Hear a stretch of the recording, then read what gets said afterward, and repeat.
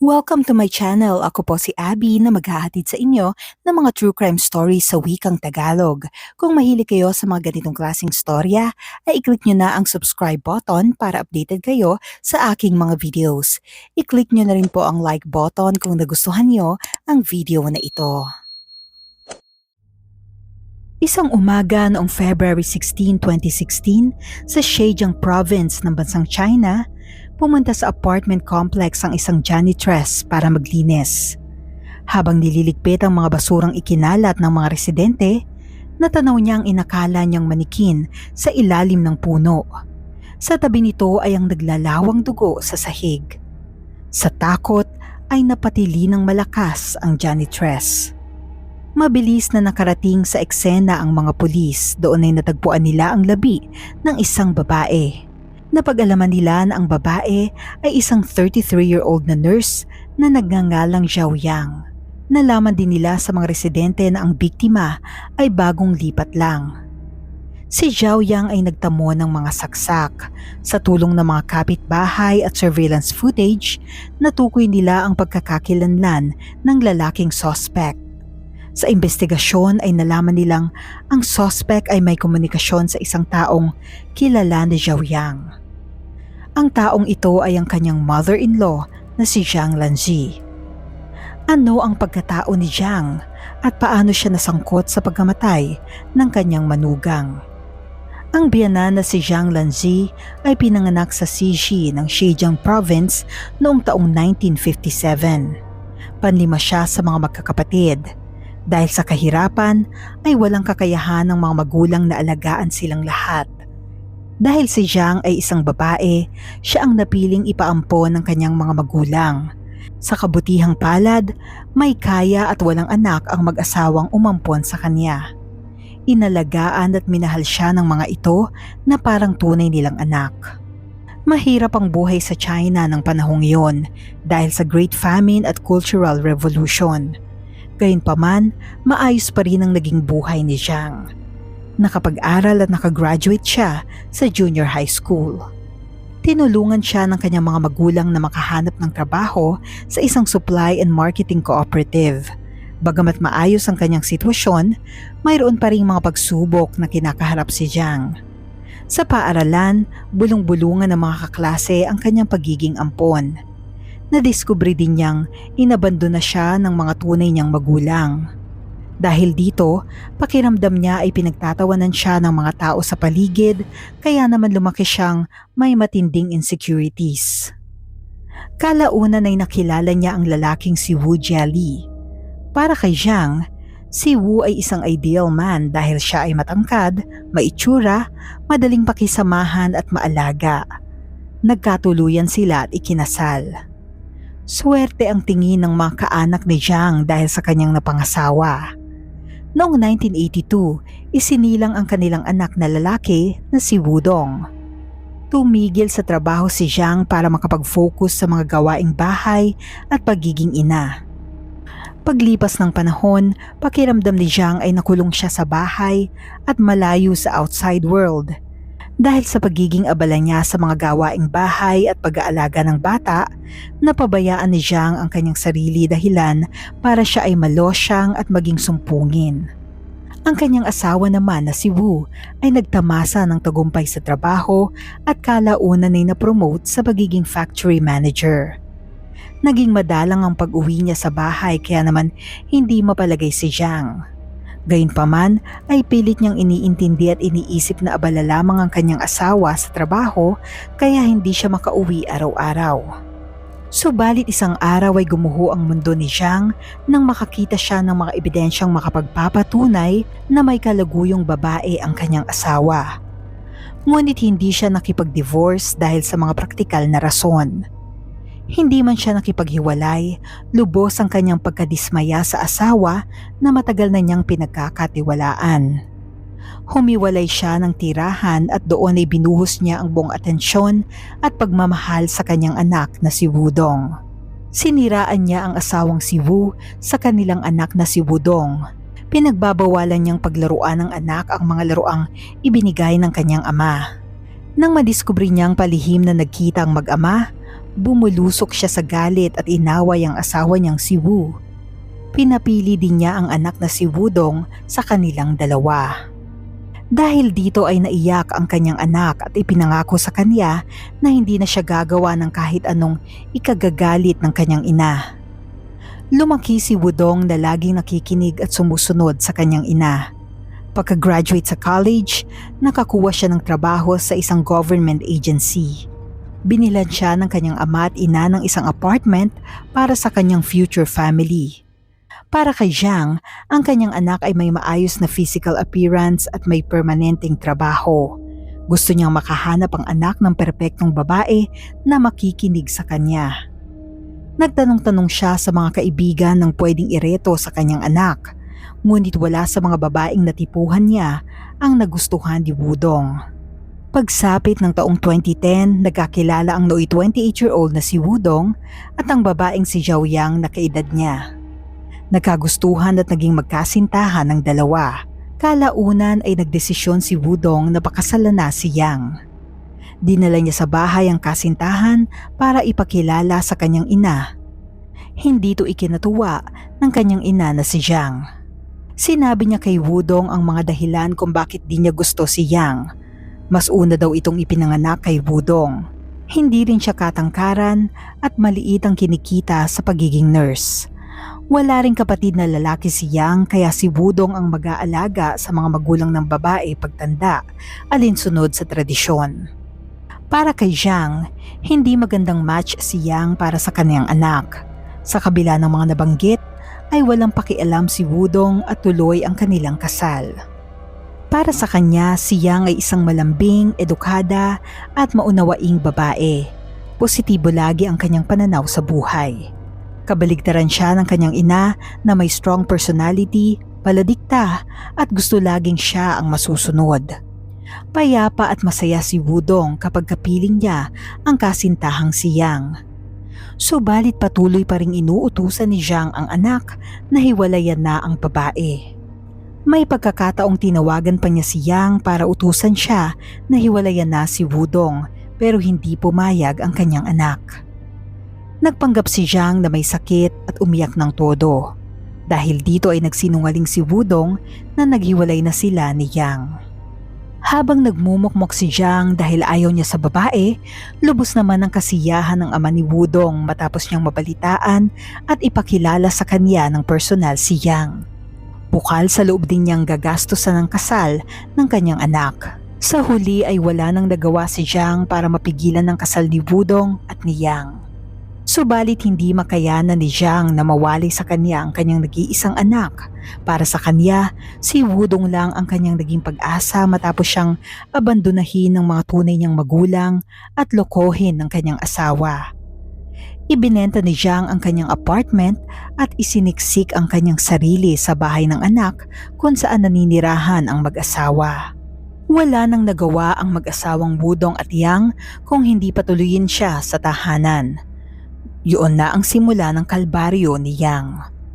Sa tuwing papasok sa trabaho si Wudong, pinag-iinitan ni Jiang ang kanyang manugang. Madalas niya itong punahin sa kahit kaunting pagkakamali. Bigla-bigla siyang pumapasok sa kwarto ng mag-asawa na di man lang kumakatok. Ilang beses na siyang pinagsabihan ng anak tungkol dito pero patuloy pa rin niya itong ginagawa. Noong February 2012, isinilang ni Yang ang kanilang anak na lalaki. Ikinatuwa ito ni Jiang. Nang bumalik na sa trabaho si Yang, si Jiang ang nag-aalaga sa kanyang apo. Para gumaan ang loob sa kanya ng biyanan, madalas niyang binibilhan to ng mga damit at makeup, subalit walang ipinapakitang reaksyon o pasasalamat si Jiang sa kanyang manugang. Minsan ay sa social media na lang nailalabas ni Yang ang kanyang mga hinaing at sama ng loob sa kanyang mother-in-law. Hindi niya ito kinokompronta o pinapatulan para hindi na lumaki ang problema at hindi mag-alala ang kanyang asawa. Sa tuwing uuwi galing trabaho, agad tinutulungan ni Wudong si Yang sa mga gawaing bahay at pag-aalaga ng anak. Nilalabas niya ang asawa para mag-date at patuloy na binibigyan ng mga regalo para mapasaya ito. Ang magandang pagsasama ng mag-asawa ay nagdudulot ng matinding sama ng loob kay Jiang. Pakiramdam niya ay isa siyang outsider sa bahay na yon. Ang tanging nagustuhan lamang niya ay ang pagiging night shift ni Yang sa ospital, kaya nasusolo at nakukuha niya ang atensyon ng kanyang anak habang wala o tulog ang asawa nito. Kalaunan ay sa kwarto na ng mag-asawa natutulog si Jiang para daw maalagaan niya ang bata habang natutulog ng mahimbing ang anak. Sa kamang iyon na rin natutulog si Jiang. Ikinabahala ito ni Yang. Ang pagiging night shift ni Yang ay nagkaroon ng masamang epekto sa kanyang kalusugan. Nang malaman ito ng kanyang mga magulang, ay nagtungo sila sa ospital para ipalipat ang anak sa pang-umaga. Dahil sa kanilang mga koneksyon, ay agad itong naaprubahan. Simula nang malipat sa pang-umaga, marami ng oras sa isa't isang mag-asawa at kanilang anak. Madalas silang maglakad-lakad sa labas na magka-holding hands habang nagkikwentuhan at nagtatawanan. Sa sobrang inis ay sumugod si Jiang sa ospital. Ipinatawag niya ang supervisor ng kanyang manugang at inutusan itong ibalik si Yang sa night shift.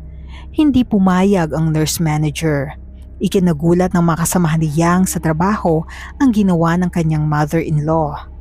Hindi rin makapaniwala si Yang at ang kanyang mga magulang. Pinayuhan si Yang ng mga magulang na makipag-divorce o kaya naman ay bumukod ang mag-asawa kasama ang kanilang anak. Napapag-usapan rin ng mag-asawa ang pagbubukod pero hindi pa sila nakakapagdesisyon. Isang araw ay hindi maganda ang pakiramdam ni Yang kaya nagpahinga na lamang siya sa kanyang kwarto habang nakasara ang pinto. Hindi alam ni Jiang na nasa bahay siya. Nang bumisita ang ama ni Wudong sa kanyang apo, nauwi ito sa pagtatalo nila ni Jiang. Sa kainitan ng pagtatalo, galit na tinawag niya si Jiang na masamang babae at sinabi niyang baliw siya dahil kaya niyang patayin kahit ang kanyang ina na umampon sa kanya. Nang ikinuwento ni Yang ang mga narinig sa kanyang mga magulang, hindi na nila ito ikinagulat. Inamin nila na bago ang kasal, lihim silang nagtanong-tanong tungkol sa pamilya ni Wudong. Nalaman nilang may mga sabi-sabi na si Jiang ang sanhi ng pagkamatay ng kanyang ina, pero hindi nila ito sineryoso. Ayon sa sabi-sabi, pagkamatay ng ama ni Jiang, nagkaproblema sa kalusugan ang kanyang ina, kaya pinatira niya ito sa kanilang bahay. Subalit ang asawa ni Jiang na si Wu ay narurumihan at nababahuan sa kanyang ina. Ginamit niya itong dahilan para hindi siya kumain sa bahay. Kalaunan, nagtaksil si Wu kay Jiang. Upang mapabuti ang kanilang relasyon, nagrenta si Jiang ng isang apartment para matirhan ng kanyang ina. Kinakailangang magpabalik-balik sa dalawang bahay ni Jiang para asikasuhin ang kanyang ina. Walang ginawa si Wu para makatulong. Sa paglipas ng panahon, naramdaman ni Jiang na pabigat na ang kanyang ina. Nang magkasakit ito, binigyan siya ni Jiang ng gamot na sa kasamaang palad ay nagdulot ng kanyang kamatayan. Hindi ito ipinaalam ni Jiang sa sino mang kamag-anak. Ipinakremate niya ang kanyang ina. Pagkalipas ng ilang buwan sa selebrasyon ng Chinese New Year, nalaman ng mga bisitang kamag-anak ang pagkamatay ng kanyang ina kaya humingi sila ng paliwanag. Nawala si Jiang ng matagal at nalaman ng komunidad ang tungkol dito. Subalit dahil sa kakulangan ng ebidensya, kalaunan ay nakalimutan na ang insidente. Ngunit lalo pang umiwas si Wu kay Jiang. Sa tuwing naiisip ito ni Yang, mas lalo siyang natatakot kay Jiang. Hindi nagtagal, hiniling ni Yang kay Wudong na lumipat na sila at manirahan ng hindi kasama ang kanyang ina kung di ay makikipaghiwalay na siya. Noong August 2015, gumastos sina Wudong at Yang ng 400,000 RMB o humigit kumulang $64,000 para bumili ng isang apartment sa isang lumang residential area na may limitadong seguridad. Kaunti lang ang kanilang options dahil kailangan nilang lumipat agad at wala silang gaanong salapi. Nang malaman ni Jiang na lilipat na ang kanyang anak, nakaramdam siya ng muling pag-abandona. Sinabihan niya si Wudong na inalagaan kita ng walang kabuluhan. Nang nagkaasawa ka na, nakalimutan mo na ang nanay mo. Sinimulan niyang insultuhin si Yang at pinagbantaan si Wudong na tatalon siya mula sa isang gusali. Sa mga kwentuhan nila ng mga kaibigan niya sa parke, madalas na magreklamo si Jiang tungkol sa kanyang manugang. Minsan ay galit niyang nasabi na papatayin niya ito isang araw. Pinagsabihan siya ng mga kaibigan na huwag sabihin ng mga ganong bagay at normal lamang na magkaroon ng problema sa manugang. Dahil sa matinding pagtutol ni Jiang, iminungkahi ni Wudong na huwag magmadali sa paglipat. Pumayag naman si Yang. Napagkasunduan nilang unahin muna ang pag-renovate ng apartment at pakalmahin ang emosyon ng kanyang ina. Si Yang ay pumapasok sa trabaho araw-araw. Nag-focus muna siya sa mga renovations at iniwasan niya na magkita sila ng kanyang biyanan hanggat maaari. Lumalim ang galit ni Jiang kay Yang pero pinipigilan niyang insultuhin o pagalitan ang manugang para maiwasan ang paglayo ng kanyang anak. Isang araw habang umiiyak sa park at nakikipag-usap sa mga kaibigan, muling binanggit ni Jiang na papatayin niya si Yang. Pinayuhan muli siya ng kanyang kaibigan na subukang maging mabait kay Yang at pagbutihin ang kanilang relasyon dahil maaaring ito ang makapagpabago ng desisyon ng anak na lumipat ng bahay. Isang lalaki ang nakarinig sa kanilang pag-uusap. Ang lalaki ay si Xiaoping, 23 years old at walang trabaho. Walang ginagawa sa buhay si Ping pero nangangarap siyang kumita ng malaking pera. Nilapitan niya si Jiang at tinanong kung talaga bang papatayin niya ang kanyang manugang. Mabilis na sumagot si Jiang na oo. Agad ipinakilala ni Ping ang kanyang kaibigan na si Zhao Jiangguo. Sinabi ni Jiangguo kay Jiang na kaya niyang gawin ang kahit anong bagay kung babayaran siya ng sapat. Dagdag pa niya ay makakapag-asawa muli ang anak ni Jiang kung mamamatay ang kanyang may bahay. Palalabasin daw nilang aksidente ang pagkamatay at walang makakaalam. Labis na natuwa si Jiang sa plano. Binilhan pa niya si Jiangguo ng bagong damit at binigyan siya ng pera pambili ng scooter. Makalipas ang ilang buwan, lumipat na sina Wudong at Yang sa kanilang bagong apartment kasama ang kanilang anak. Nagkasundo sina Jiang at Jiangguo sa halagang 150,000 RMB o humigit kumulang $24,000 para ipaligpit si Yang. Nagbayad si Jiang kay Jiangguo ng 50,000 RMB, paga $8,000 bilang paunang bayad. Gamit ang impormasyong ibinigay ni Jiang, pinag-aralan ni Jiangguo ang mga kilos at routine ni Yang. Gumawa siya ng plano at inilista ang mga naisip niyang paraan ng pagpatay. Subalit ni-reject ni Jiang ang lahat ng mga plano dahil wala sa mga ito ang mukhang aksidente. Binago ni Jiangguo ang mga ito ngunit nag-alinlangan si Jiang. Pagdating ng katapusan ng 2015, hindi pa rin confirm o nagbibigay ng utos si Jiang kay Jiangguo. Pagsapit ng 2016, pumunta si Wudong sa Nanjing kasama si Yang at ang kanilang anak. Nag-enjoy ang tatlo sa bakasyon at kumuha ng maraming larawan. Shinare ni Wudong ang mga larawang ito sa kanyang WeChat moments. Nang makita ito ni Jiang ay nakaramdam siya ng matinding galit. Bukod sa mukhang napakasaya ni Wudong kasama ni Yang, ay hindi sinabi sa kanya ang tungkol sa bakasyon. Pakiramdam niya ay tuluyan ng inagaw ni Yang ang kanyang anak sa kanya. Dahil dito ay inutos niya kay Jiangguo na maging handa para sa kanilang plano. Madaling araw ng February 16, 2016, pumunta sina Jiang at Jiangguo sa lugar kung saan nakatira sina Yang at Wudong. Bandang 6:00 ng umaga, pumwesto sila sa harapan ng gusali ng apartment. Nang palabas na si Yang para magtrabaho, nilapitan siya ni Jiang at hinila siya nito sa isang sulok. Biglang lumabas si Jiangguo at sinaksak si Yang ng maraming beses. Para siguradong wala ng buhay, pinagsasaksak din siya ni Jiang hanggang bumalagta. Mabilis na tumakas si Jiangguo mula sa lugar. Mahinahon naman si Jiang at siniguradong malinis ang kanyang mga damit. Pumasok siya sa apartment para makita ang kanyang apo. Labis ang hinagpis ni Wudong sa sinapit ni Yang. Hindi siya makapaniwala na ang kanyang asawa na puno ng buhay nung umaga ay malagim na pinatay sa labas ng kanilang bahay. Wala na ang pinakamamahal niyang babae. Wala na ring ina ang 4-year-old nilang anak. Si Wudong at Jiang ay dinala sa istasyon ng pulis para sa investigasyon. Sa tulong ng mga saksi at surveillance footages, natukoy na may ugnayan si Jiang sa suspect. Napilitan si Jiang na aminin na kilala niya ang suspect na si Jiang Guo. Gamit ang impormasyong ibinigay ni Jiang, inaresto ng pulisya si Jiang Guo ng gabing yon sa lalawigan ng Henan na daang-daang kilometro ang layo habang siya ay tumatakas sakay ng isang bus. Nahuli rin ang middleman na si Zhao Ping. Wala pa siyang natatanggap na pera mula kay Jiang. Umamin si Jiang na nagbayad siya ng tao para patayin si Yang. Sinabi niyang nagsisisi siya para sa kanyang anak. Ngunit sinisi rin niya ang kanyang asawa na si Wu kaya niya ito nagawa. Sinabi niyang ang ginawang pagtataksil ni Wu ang nag-provoke sa kanya para makagawa ng masama. Umaga ng February 17 sa himpilan ng pulis, tulala at gulong-gulo si Wudong nang nalaman niya ang katotohanan.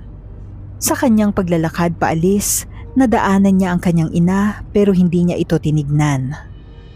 Noong October 24, 2016, ibinaba ng korte ang hatol sa manasasakdal na guilty sa pagpatay kay Zhao Yang. Si Jiang ay nasintensyahan ng parusang kamatayan. Suspended death sentence naman ang parusa kay Jiang Guo. Ang middleman na si Zhao Ping ay nasintensyahan ng 8 taong pagkakabilanggo. Nagdemand ng kabayarang salapi si Wudong at ang mga magulang ni Yang mula sa 3 salarin. Inutusan ng korte ang 3 salarin na magbayad ng kabuuang 500,000 RMB bilang kabayaran kung saan si Jiang ay pinananagot sa 300,000 RMB o humigit kumulang $32,000. Anong masasabi niyo sa true story na ito? May pagkukulang ba si Wudong na nagresulta sa trahedya?